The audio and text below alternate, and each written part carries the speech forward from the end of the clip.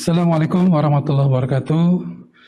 Sebagaimana kita ketahui bersama, dalam 2 minggu terakhir terdapat beberapa kerumunan massa di wilayah Jakarta, Banten, dan Jawa Barat yang pasti berisiko memunculkan klaster penularan baru COVID-19 di Indonesia. Dari hasil tracing dan testing pada sejumlah kejadian tersebut, berdasarkan data per 19 November, berdasarkan hasil pemeriksaan PCR di Labkesda 21 November 2020, ditemukan di Tebet total 50 kasus positif, dan di Petamburan sebanyak 30 kasus, dan di Megamendung terdapat 15 sedang menunggu hasil pemeriksaan. Atas adanya kerumunan pada kegiatan yang dilakukan dalam rangka acara keagamaan dan pernikahan tersebut, Kemenkes menghimbau semua orang yang mengikuti acara tersebut dan siapapun yang merasa telah kontak erat dengan orang yang hadir agar melakukan isolasi mandiri di rumah selama 14 hari. Kami menghimbau bagi masyarakat yang telah kontak erat dan mengikuti kegiatan di Bandara Soekarno-Hatta, Petamburan, Tebet, dan Megamendung untuk segera melakukan isolasi mandiri. Apabila bergejala, segera periksakan diri ke fasilitas pelayanan kesehatan. Pemerintah juga telah menyiapkan pusat karantina di Rumah Sakit Darurat COVID di Wisma Atlet.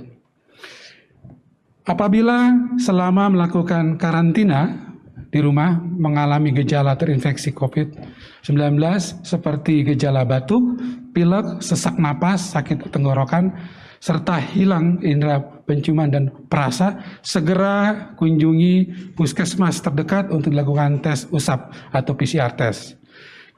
Kepada para tokoh masyarakat, tokoh agama, dan pemimpin daerah agar memberikan contoh dan teladan kepada masyarakat luas dalam penerapan protokol kesehatan. Kita harus bekerja sama dalam upaya pencegahan dan pengendalian COVID-19 agar COVID-19 dapat segera kita atasi. Kemenkes bersama Pasienkes terus melakukan pelacakan di tingkat kecamatan sampai dengan puskesmas. Percepatan pemeriksaan spesimen dan merujuk kasus konfirmasi tanpa gejala ke wisma atau hotel tempat isolasi. Penguatan tracing dengan rasio 1:30, yakni 1 pasien berbanding 30 kontak erat yang dilacak. Pelacakan dilakukan secara agresif di tingkat kecamatan, terutama yang memiliki kerumunan dengan jumlah massa besar. Selain itu juga dilakukan pemantauan yang lebih intensif terjadinya penularan dalam 14 hari ke depan. Saat ini Kemenkes dan Satgas telah menurunkan lebih dari 5.000 pelacak kontak di 10 provinsi prioritas untuk menelusuri penularan dan kontak erat. Kami berharap masyarakat terbuka dan mendukung relawan pelacak kontak sebagai kontribusi memotong rantai penularan. Demikian. Terima kasih Dr. Budi. Kami persilahkan Profesor Abdul Qadir untuk menyampaikan beberapa poin. Oke. Terima kasih. Kementerian Kesehatan Republik Indonesia sebagai langkah antisipasi lonjakan pasien COVID-19, kami telah menyiapkan sejumlah langkah-langkah antisipasi berupa penyiapan sarana dan prasarana di rumah sakit.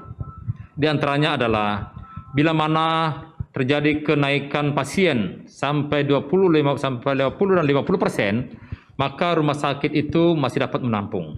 Oleh karena itu, sampai saat ini ketersediaan ruang perawatan di rumah sakit baru sekitar 50%. Namun demikian, bila mana terjadi kenaikan pasien hingga 50-100%, maka Kementerian Kesehatan telah memerintahkan kepada semua rumah sakit untuk melakukan penataan tempat tidur dengan menambah kapasitas ruang perawatan pasien COVID-19. Tentunya menambah ruangan isolasi dan juga menambah ruangan ICU. Bapak-bapak dan ibu-ibu sekalian, sampai saat ini ketersediaan obat sangat mencukupi dan juga buffer stok obat juga cukup. Demikian juga dengan ketersediaan peralatan kesehatan. Oleh karena itulah, pada kesempatan ini kami menghimbau kepada semua masyarakat untuk tetap melakukan protokol kesehatan dengan tentunya menjalankan 3M, yaitu memakai masker, menjaga jarak aman, dan mencuci tangan pakai sabun. Saya kira ini semua penting buat kita untuk memutus rantai penularan COVID-19. Dan tentunya kita berdoa mudah-mudahan kita semua diberikan kesehatan. Terima kasih. Assalamualaikum warahmatullahi wabarakatuh.